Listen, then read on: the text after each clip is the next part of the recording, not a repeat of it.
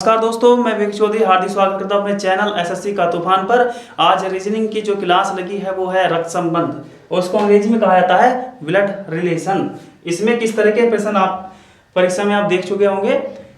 छोटे लेवल से लेकर बड़े लेवल तक के एक ही माध्यम से हम उसको कराना करते हैं, ठीक है। और उसमें क्या काम करते हैं, अभी जो बेसिक कॉन्सेप्ट मैं आज कराने जा रहा हूँ, अगर सभी बच्चों ने इसको ध्यानपूर्वक समझ लिया तो कोई मिस्टेक या किस तरीके की परेशानी इसमें नहीं होगी, ठीक है। चलिए तो हम स्टार्ट करते हैं अपनी क्लास रक्त संबंध। इसमें क्या होता है, एक काम करें, तो जब भी कोई प्रश्न आ जाए तो उसमें हम लाइन विधि पर उसको हम सोल्व करते हैं, ठीक है। लाइन विधि ये क्या होती है मैं उसको आप बता देता हूं, ठीक है। अब इसमें एक लाइन ये है कि ए बी का पुत्र है, सी डी की माता है, सी ए की पत्नी है, ठीक है। इस तरीके से हम उसको 3-4 लाइन दी होती है परीक्षा में। तो हम पहली लाइन को रखते हैं कि ए बी का पुत्र है।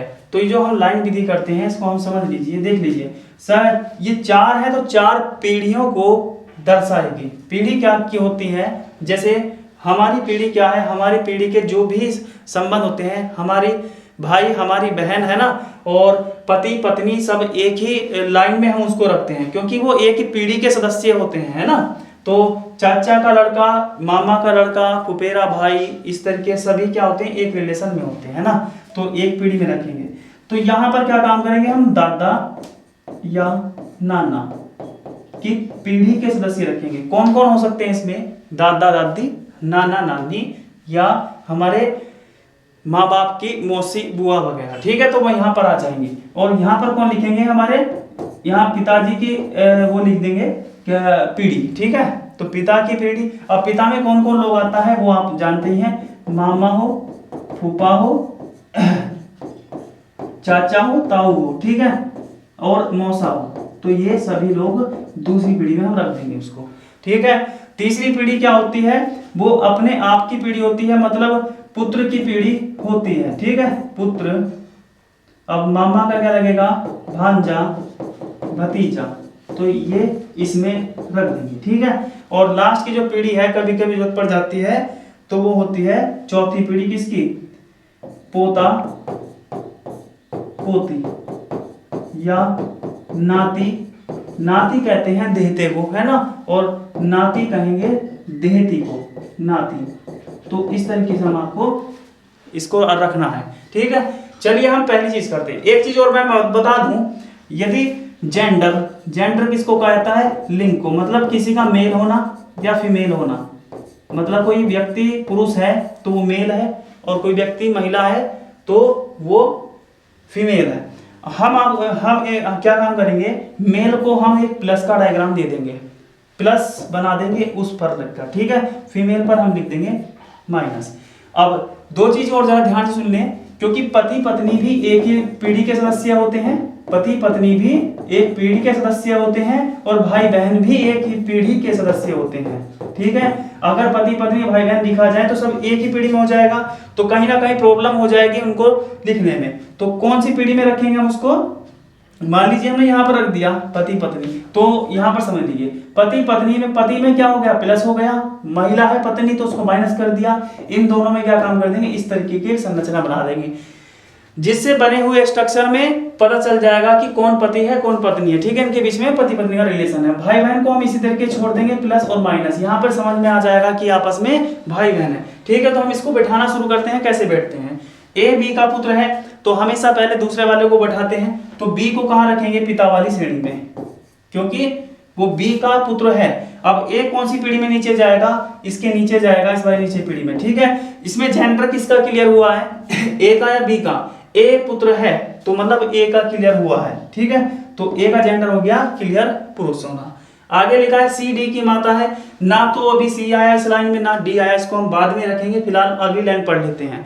सी ए की पत्नी है, तो सी किस कहां पर जाएगा, ए वाली लाइन में जाएगा। सी ए की पत्नी हो गई, तो सी एक महिला हो गई। और वो अब देखो यहाँ पर भाई बहन भी आ सकते हैं, पति पत्नी भी आ सकते हैं। तो पति पत्नी अगर हैं वो आपस में, तो इस तरीके का डायग्राम बना लेंगे।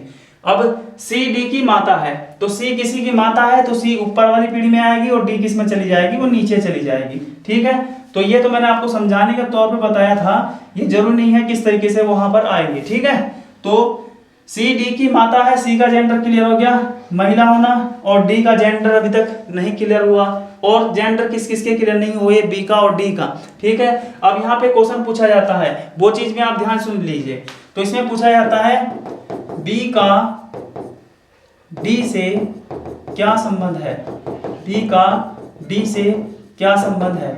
तो अब यहाँ पर लगभग 30 या 35% जो बच्चे होते हैं वो क्वेश्चन गलत आंसर दे देते हैं। ठीक है, तो हम यहाँ देखेंगे तो आंसर किसका देना है आपको, क्योंकि डी का भी विकल्प में आंसर लिखा मिलेगा। मान लीजिए डी क्या लगेगा, पोता या पोती है ना, और बी दादा दादी लगेंगे, तो दोनों विकल्प में रखे हुए मिलेंगे, लेकिन आपको सही से आंसर किसका देना है वो चीज ढूंढना है। तो जो क्वेश्चन की लाइन होती है उसमें का शब्द लिखा होगा, ठीक है, का शब्द लिखा होगा, तो हमें उससे पहले वाले का ही आंसर देना है। मतलब हमें बी का आंसर देना है, देना किससे है, डी से देना है। तो बी देख लीजिए कौन सी पीढ़ी में है, बी निचली वाली पीढ़ी में है। कौन सी पीढ़ी में देख लीजिए, दूसरी पीढ़ी में, तो पोता या पोती या नाता नाती, इनमें से इसका आंसर आने वाला है। तो देख लीजिए ये डी था, ये इसका पिता हो गया, इसकी माता हो गई। अब ऊपर वाले का जो रिलेशन है वो माता से है या पिता से है, क्योंकि माता से रिलेशन होता तो वो नाना में चला जाता, और पिता से संबंध है तो वो दादा या दादी में जाएगा। ठीक है, तो पिता से रिलेशन बताया था अभी दिए गए प्रश्न में, तो ये क्या लगेगा, दादा या दादी, और ये क्या लगेगा, पोता या पोती, क्योंकि इनका जेंडर क्लियर नहीं है, इसलिए दो इनके आंसर निकल के आ रहे हैं। ठीक है, तो हमें आंसर किसका देना, बी का, तो आंसर आपके सामने है दादा या दादी। ठीक है, अब ये जरूरी नहीं है, कुछ बच्चे क्या याद कर लेते हैं कि हमें पहले वाले का ही आंसर देना होता है, ऐसा कुछ नहीं होता, क्योंकि हमने प्रश्न लिख दिया कि बी डी से किस प्रकार संबंधित है, किस प्रकार संबंधित है। तो वे बच्चे जरा ध्यान दें जो बच्चे ये सोचते हैं कि जिसमें हम पहले वाले का ही आंसर देते हैं, तो बी कोमा डी से किस प्रकार संबंधित है। अब बताइए इसमें कोई जरूरी है, हाँ पहले का आंसर दिया जा रहा है पता है, लेकिन यहां लिख दें कि डी से बी का क्या संबंध है। अगर प्रश्न ऐसे पूछ ले तो तब कैसे दोगे इसका आंसर, पहला वाले का नहीं देना, हमें का वाले का आंसर देना है, या कोमा लगा होगा उसमें उसका आंसर देना है। ठीक है, से वाले का तो से डी से लिखा है तो डी से देखना है उसको। ठीक है, ये चीज आप समझ गए होंगे। ठीक है, चलिए हम प्रश्न की शुरुआत करते हैं। सबसे पहले तो शुरुआत करते हैं अपने पहले प्रश्न से। पहला प्रश्न है आर वाई का बेटा है, तो हम क्या काम करेंगे, 2 या 3 लाइन खींच लेंगे, 3 लाइन काफी होती है, चौथी लाइन जरूरत पड़े तो तब खींचते हैं। ठीक है, आर वाई का बेटा है, तो किसका बेटा है, वाई का बेटा है, तो वाई को हमने ऊपर रख लिया ऊपरी पीढ़ी में, है ना। आर बेटा है तो आर नीचे जाएगा, और बेटा है मतलब प्लस है वो। ठीक है, आगे लिखा है वाई के की पत्नी है, तो वाई पत्नी है किसी की, किसकी, के की, तो के हो गया प्लस, और यहाँ पर रिलेशन बना दिया पति पत्नी का। तो अब इस बात से क्या स्पष्ट हुआ, आर की माता वाई है, आर का पिता के है, के जेड का इकलौता पुत्र है, तो के किसी का पुत्र है, मतलब एक लाइन और खींचनी पड़ जाएगी, और वहां लिख देंगे जेड का इकलौता पुत्र है। ठीक है, तो के तो प्लस है था, लेकिन जेड का क्लियर नहीं हुआ अभी तक। जेड की पत्नी का कुछ साल पहले निधन हो गया था। ठीक है, तो जेड की पत्नी का निधन हो गया था, तो जेड क्या हुआ, एक पुरुष हुआ, है ना। तो अब आंसर किसका देना है बता दीजिए। देखो सभी के जेंडर क्लियर है तो आंसर भी एकदम क्लियर आ जाएगा। जेड का जेड आर में क्या संबंध है, अब इसमें किसी का आंसर नहीं देना, इसमें दोनों का आंसर देना है। जेड आर में क्या संबंध है, दोनों में क्या रिलेशन है, तो पहला वाला क्या लिखा है जेड, और जेड क्या लगा, आर का दादा। ठीक है, 2 पीढ़ी ऊपर है ना, और वो माता से रिलेटिव है या पिता से रिलेटिव है, ये चेक कर लेते हैं एक बार। तो वो पिता से रिलेटिव है, पिता का पिता है ना, तो इसलिए वो दादा लगेगा, और आर क्या लगा इसका, पोता लगा, तो इसका आंसर हुआ दादा पोता। ठीक है, चलिए नेक्स्ट क्वेश्चन करते हैं। 3 लाइन खींच दी। ए की माँ बी की बहन है, हमने ए को यहां रख दिया और ऊपर लिख दिया हमने माँ, ये ए की माँ हो गई, है ना। और वो किसी की बहन है, किसकी बहन है, बी की, तो बी कहां जाएगा, माँ के उसमें पीढ़ी में, मतलब उसकी ही लाइन में रखा जाएगा बी को। तो ए की माँ बी की बहन है, तो जेंडर किसका क्लियर हुआ, केवल माँ का, वो महिला है, बाकी ना इसका जेंडर क्लियर ना उसका जेंडर क्लियर। अब ए की माँ है, उसकी यदि कोई बहन होगी तो कौन होगी, वो उसकी मौसी होगी। यदि उसका भाई हुआ तो क्या लगेगा, मामा लगेगा। और बी की एक पुत्री है, बी की पुत्री मतलब बी के नीचे लिख दिया, और वो पुत्री है मतलब महिला।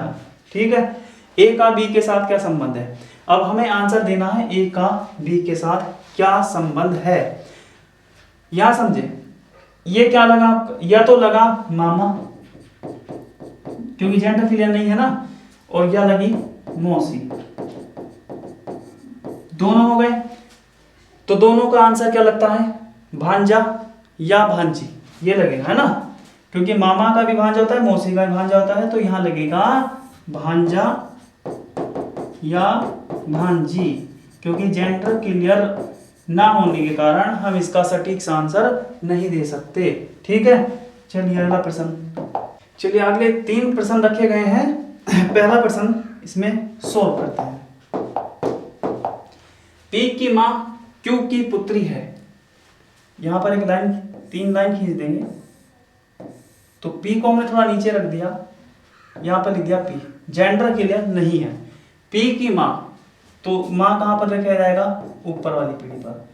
अब वो किसी की पुत्री है तो क्यू उसे ऊपर चला जाएगा। ठीक है, वो क्यू की पुत्री है। जेंडर 2 का क्लियर नहीं है, पी का और क्यू का। मां एक महिला है, तो स्पष्ट है। आगे लिखा है पी की मौसी आर है, तो मौसी कहां पर जाएगी, मां जो जिसमें हमने रखा है उसमें हम मौसी को रख देंगे, वो कौन है, आर है, तो ये महिला हो गई है ना, तो ये दोनों आपस में बहना हो गई। और क्यू की बहन एस है, तो क्यू की बहन एस है, तो क्यू के पास में लिख दिया हमने एस को। ठीक है, आगे लिखा है एस आर से किस प्रकार संबंधित है, बताइए किसका आंसर देना है इसमें। इसमें देना है हमें एस का, क्योंकि इसमें का तो नहीं लिखा लेकिन कॉमा शब्द आ गया है। ठीक है, तो हमें एस का आंसर देना है, किससे देना है, आर से देना है। अब देख लीजिए, ये माँ किसी की पुत्री थी, किसकी थी, क्यू की, और माँ की बहन कौन है, आर, तो ये भी इसकी पुत्री हो गई, दोनों ही उसके पुत्र हो गए है ना। अब ये क्या लिखा है, ये लिखी है बहन, और ये भी आपस में या तो भाई होगा या बहन होगी इसकी, एस की है ना। तो अगर इन दोनों का ये पिता है तो पिता की बहन क्या लगी, बुआ लगी। ठीक है, एक तो आंसर इसका बुआ आ गया। लेकिन अगर ये माता है और माता की बहन क्या लगी, तो वो लगी मौसी लगी। अब यदि जो या तो विकल्प में दोनों से एक लिखा मिलेगा या करके मिलेगा कि बुआ और मौसी, दोनों में से कोई सा भी हो सकता है, क्योंकि क्यू का जेंडर स्पष्ट ना होने के कारण हम इसका आंसर सटीक सा नहीं दे सकते। चलिए अगला प्रश्न सोल्व करते हैं। एस बी का इकलौता पुत्र है,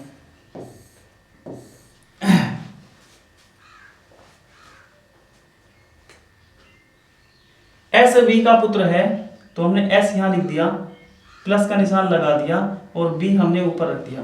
एस बी का इकलौता पुत्र है, पुत्र अकेला है, लड़की हो सकती है इसकी, है ना। आगे वी आर से विवाहित है, तो वी जो है आर से विवाहित है, और हमने पति पत्नी का निशान लगा दिया, लेकिन अभी तक ये पता नहीं चला कि कौन पति है कौन पत्नी है। एम आर की पुत्री है, तो एम आर की पुत्री हो गई, तो एम यहां नीचे आ जाएगा। अब ये एस और एम जो दोनों ही इनके पुत्र है ना, एस तो अकेला पुत्र है और एम इनकी लड़की हो गई। आर ए की दादी है, आर जो है किसी की दादी है, तो आर महिला हो गई, और ये पति पत्नी थी तो एक महिला होगी तो दूसरा पुरुष हो जाएगा। अब आर जब किसी की दादी है तो आर किसी से 2 पीढ़ी ऊपर होगी, तो हमें एक लाइन और खींचनी पड़ गई। ठीक है, तो वो किसकी दादी है, वो ए की दादी है। अब बताइए ए जो है वो एस की संतान होगी या एम की संतान होगी, क्योंकि आर दादी है तो जो दादी का जो पुत्र होगा ना, पिता, उसकी संतान होगी ए। ठीक है, तो ए की दादी है, ये हो गया। तो ए से किस प्रकार संबंधित है, किसको पूछा गया है, एस को पूछा गया है। एस निश्चित रूप से ए से तो ए से निचले वाले से एस को बताना है, तो ए का कौन लगा, वो पिता लगा। ठीक है, ऊपरी पीढ़ी में है और पुरुष है, इसलिए वो पिता लगा। ठीक है, अगला प्रश्न सोल्व करते हैं। एक्स और वाई दोनों भाई भाई हैं, तो यहां पर लिख दिया हमने एक्स और वाई दोनों भाई भाई हैं, मतलब प्लस लगा दिया। आर वाई का पिता है, तो आर दोनों का ही पिता हो गया। ठीक है, एस टी का भाई है, एस टी का भाई है, अभी तक ना एस आया इसमें ना टी आया, और एक्स का मामा है। और शब्द किसको कहा जाता है? पहले वाले व्यक्ति को। तो एस जो है वो एक्स का मामा है, और एक्स का मामा कहाँ जाएगा? इसी वाली पीढ़ी में जाएगा, पिता वाली पीढ़ी में। ठीक है, तो एक्स का मामा कौन हो गया? एस हो गया।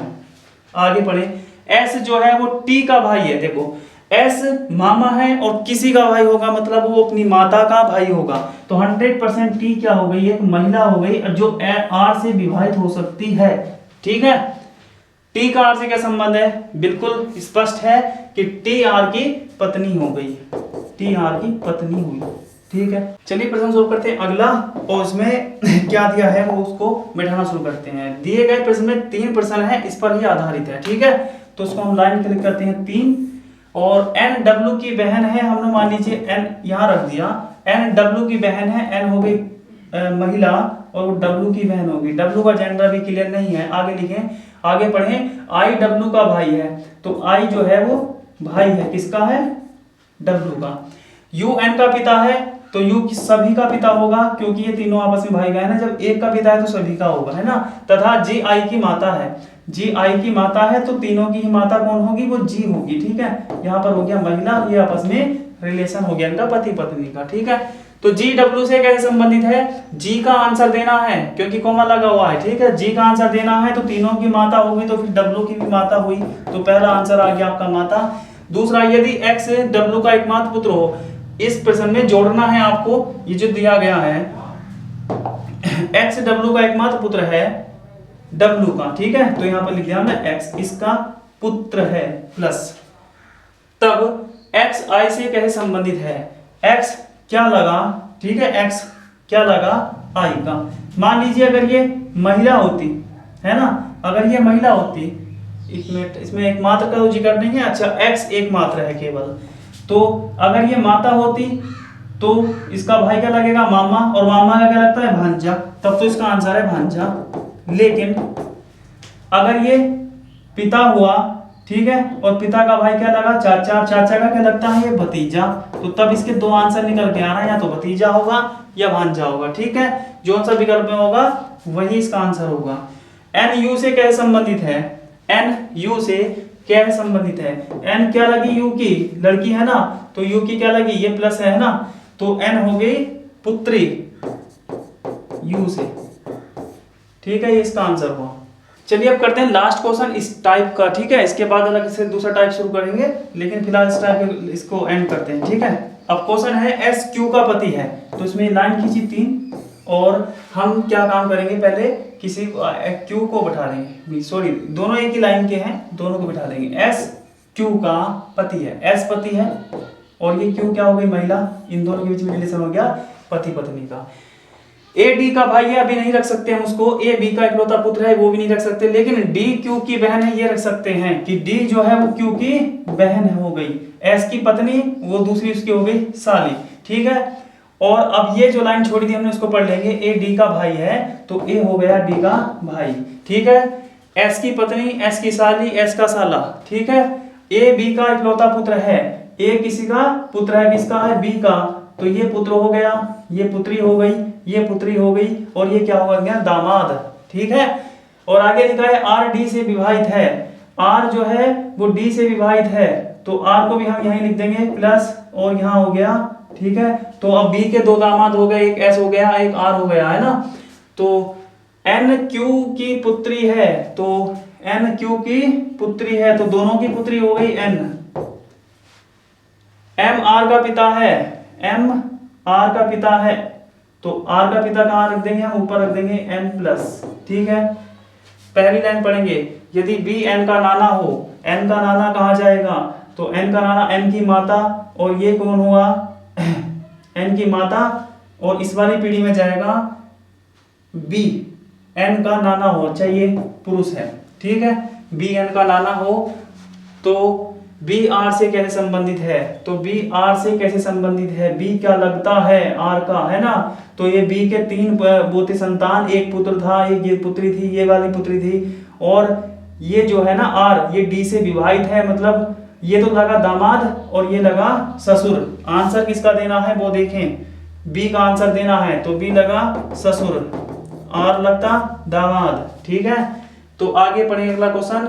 एस ए से किस प्रकार संबंधित है, एस ए से किस प्रकार संबंधित है, तो ए क्या लगा भाई इसका, है ना, ये लगी बहन, ये तीनों आपस में किसी संतान है इसकी, ये हो गया इसका दामाद, तो इसका ए का क्या लगा एस, जीजा लगा, तो यहां पर लगा जीजा। ए को पूछते तो वो था साला। डी एन से किस प्रकार संबंधित है, एन से देखना है डी को, ये रहा डी, एन की माता और माता की बहन क्या लगी मौसी, तो डी हो गई उसकी मौसी। ठीक है, उम्मीद है आपको ये टाइप का आपको समझ में आ गया होगा रक्त संबंध। ठीक है, इसका थोड़ा से अगला जो टाइप है वो हम आपको अगली वीडियो में करा देंगे। ठीक है, हमारे चैनल को सब्सक्राइब करें और वीडियो को शेयर करें। धन्यवाद।